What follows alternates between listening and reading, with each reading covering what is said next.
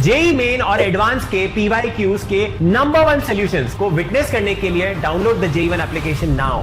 11 सवाल, जैसे कि हमने यहाँ पर आपके साथ में बहुत बार 3D ज्योमेट्री में क्वेश्चन जब डिस्कस किए थे, बोला था कि देखो यार, थोड़ा सवाल बड़ा बना के यहाँ पर वो दे देते हैं, तो आपको यहाँ पर करना तो पड़ेगा, है ना। और ये सवाल वही है, इसके अंदर लिटरली यहाँ पर कुछ भी नया थॉट नहीं है। तो मुझे लगता है कि अगर आपको पेपर डिफिकल्ट लगा था तो भी आपने ये लेंथी क्वेश्चन होते हुए भी करना चाहिए था, क्योंकि आपके जेई मेन लेवल का यहाँ पर थॉट इसके अंदर इन्वॉल्व है, ठीक है ना। तो क्या बोला जा रहा है इसके अंदर, let L1 with the line of intersection of the plane given by the equation this and this, है ना, and L2 is the line passing through this point and parallel to L1। मतलब यहाँ पर ये जो लाइन है जिसकी मुझे यहाँ पर बात करनी है L2 की, उसका डायरेक्शन क्या होगा, L1 मतलब लाइन ऑफ इंटरसेक्शन का डायरेक्शन होगा। और लाइन ऑफ इंटरसेक्शन का जो डायरेक्शन होता है वो कौन सा वाला डायरेक्शन होता है, दोनों ही प्लेन्स का जो नॉर्मल है उसको क्रॉस करके जो डायरेक्शन आता है उसी डायरेक्शन में आपका लाइन ऑफ इंटरसेक्शन बनता है। सो वी नो कि यहाँ पर बेसिकली क्या करने से मुझे L2 का डायरेक्शन मिलने वाला है। L2 का पॉइंट मुझे पहले से पता है, तो मतलब L2 की इक्वेशन है मेरे पास में, ये मैं मान के चल रहा हूं, मैं लिख लूंगा, ठीक है ना। M क्या है, M बेसिकली एक प्लेन को यहाँ पर डिनोट करता है, M एक प्लेन को यहाँ पर डिनोट कर रहा है जो हमें दे रखा है। And suppose L2 meets M at point Q, तो आपका बहुत ही स्टैंडर्ड वाला फिगर यहाँ पर अल्टीमेटली बन जाता है कि भाई एक प्लेन है, उसको एक लाइन आके कट कर रही है, वो कट करती है यहाँ पे Q पॉइंट पे, इसके ऊपर P पॉइंट ऑलरेडी लाई करता है। एंड आगे अगर आप यहाँ पे सिनेरियो देखो तो इन्होंने और एक R पॉइंट भी डिफाइन किया है, R with the foot of perpendicular drawn from P on the plane M, है ना। तो आपने यहाँ से फुट ऑफ परपेंडिकुलर भी डाल दिया है, राइट, और इसका नाम इन्होंने R रखा है, राइट। तो अगर आप इसको भी ज्वाइन कर दो तो एक राइट एंगल ट्राइंगल आप यहाँ पे बेसिकली एक्सपेक्ट कर सकते हैं कि बनेगा, ऑलराइट। अब जो भी सवाल यहाँ पर पूछे गए हैं ये इस राइट एंगल ट्राइंगल PQR के बारे में ही पूछे गए हैं, तो आप यहाँ पे अगर Q और R निकालेंगे तो आप यहाँ पे बाकी कुछ भी क्वेश्चन आंसर कर सकते हैं। So that way it is a very ideal question to solve, because it might take time, लेकिन यहाँ पे गलती होने के चांसेस नहीं है, ऑलराइट। सो आप यहाँ पे पहले तो L2 की इक्वेशन अगर आइडेंटिफाई करने के लिए डायरेक्शन वेक्टर यहाँ पे कैलकुलेट करो, तो आपको क्या करना है, जो एग्जिस्टिंग प्लेन्स है ना, वहां से नॉर्मल उठाओ 2 3 1, एंड यहां से नॉर्मल उठाओ आपका 1 2 1, है ना, और इनको क्रॉस कैलकुलेट करो, देखो कितना आता है। तो यहाँ पे आ जाएगा 3 - 2 मतलब 1, माइनस j के साथ में आपका यहाँ पे 2 - 1 मतलब 1, एंड देन आपका k कैप के साथ में 4 - 3 मतलब 1, ठीक है ना। तो आपका जो डायरेक्शन है that is basically what, i cap minus j cap and plus k cap की डायरेक्शन में आपकी L2 लाइन को जाना चाहिए।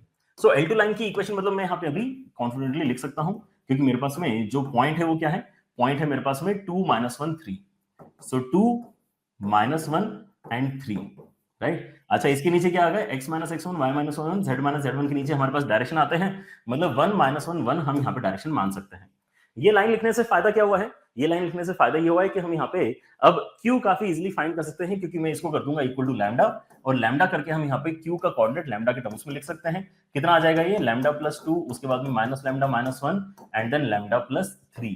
ये जो आया है, अगर ये प्लेन के ऊपर लाया करता है, सो प्लेन की इक्वेशन में इसको हम सेटिस्फाई करवा देते हैं। प्लेन की इक्वेशन क्या है, 2x plus y minus 2z and this becomes equal to 6, alright। so अगर मैं इसमें सब्स्टिट्यूट कराता हूं पॉइंट, तो कितना आ जाएगा, 2 times of this value, मतलब आ जाएगा 2 lambda plus 4, फिर आ जाएगा this value in this value directly, मतलब minus lambda minus 1 and minus 2 multiply करके मतलब minus 2 lambda minus 6 and then minus 6, और यहाँ पे आप लेफ्ट हैंड साइड में अगर लेना चाहें तो ले सकते हैं। So all these are the values that we are getting. So आपके यहाँ पे लैम्डा लैम्डा कैंसिल हो जाएगा, एंड ये वाला लैम्डा आप उस तरफ भेज सकते हैं, ये वाला लैम्डा अगर आप उस तरफ भेजें तो लैम्डा की वैल्यू आपको यहाँ पर अब अल्टीमेटली दिखाई देनी चाहिए।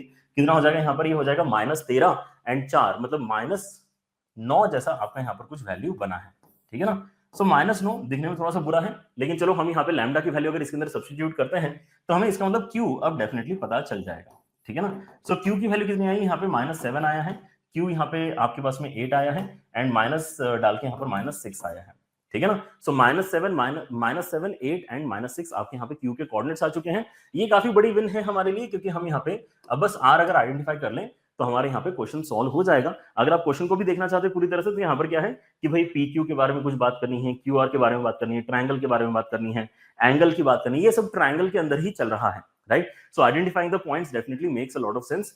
अब यहाँ पे R क्या है, आपका फुट ऑफ परपेंडिकुलर है।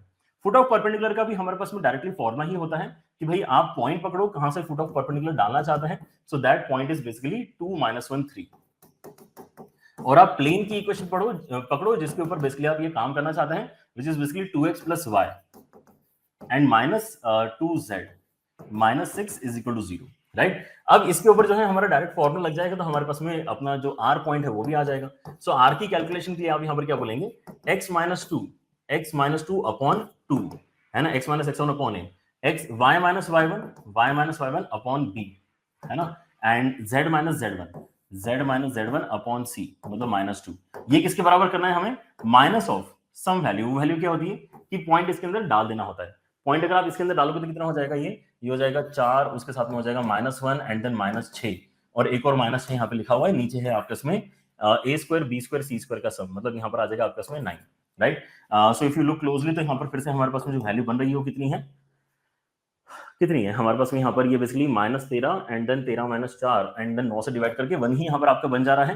तो आप अगर एक एक करके कंपेयर करते हैं 1 के साथ में, तो आपका x का वैल्यू कितना निकलेगा, x का वैल्यू हो जाएगा आपका यहाँ पे 4 के बराबर, y का वैल्यू कितना निकलेगा, y का वैल्यू हो जाएगा आपका 0 के बराबर, एंड देन z का वैल्यू आपका क्या निकलेगा, 1 के बराबर, ठीक है ना। सो 401 जैसे आपके यहाँ पर जो कोऑर्डिनेट्स है अब ये भी आ चुके हैं, ठीक है ना। सो बस आपका यहाँ पर काम हो चुका है, we can actually come back to this page and हम इस ट्राइंगल को यहाँ पर बना सकते हैं, जो बेसिकली बस एकमात्र रिक्वायरमेंट है आगे क्वेश्चंस को सॉल्व करने में। 3D का सवाल मोस्टली यहाँ पर अब खत्म हो चुका है, राइट। ट्राइंगल की हम यहाँ पे बात कर रहे हैं P, Q एंड R।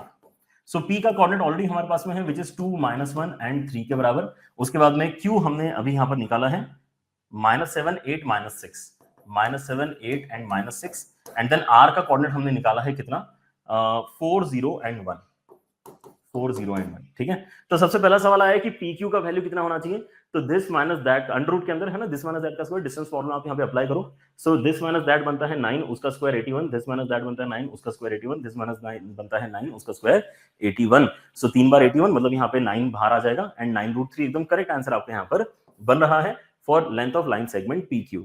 अगर आप इसके बाद में देखते हैं कि length of line segment QR कितना होगा, सो QR का लाइन सेगमेंट अगर आप यहाँ पे देखेंगे तो इतना अच्छा वैल्यू आपको नहीं मिलने वाला है ना। आपका यहाँ पर ये वैल्यू अगर आप कैलकुलेट करके देखें, है ना, तो अंडर रूट के अंदर क्या बन रहा है आपके उसमें, दिस माइनस दैट का स्क्वायर मतलब 121, उसके बाद में दिस माइनस दैट मतलब 64 एंड दिस माइनस दैट मतलब 49, ठीक है ना। सो इफ यू लुक, आपको यहाँ पर क्या नहीं मिलेगा, आपको यहाँ पे 225 नहीं मिलने वाला है। So this option becomes wrong, right. In fact ये जो वैल्यू है it will be I guess √234, जो यहाँ पर अगले ऑप्शन में एक्चुअली इस्तेमाल हुई है, राइट।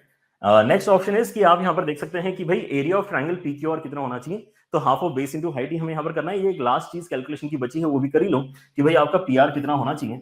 सो PR का जो आपका लेंथ है that would be under root के अंदर दिस माइनस दैट का स्क्वायर मतलब 4, दिस माइनस दैट का स्क्वायर मतलब 1 एंड दिस माइनस दैट का स्क्वायर मतलब फिर से 4, मतलब ये आपका अच्छे सुंदर तरीके से 3 निकला है, ठीक है ना। So half of base into height अगर आप यहाँ पे करते तो इट इज क्लियरली विजिबल कि सी ऑप्शन आपका एकदम करेक्ट है।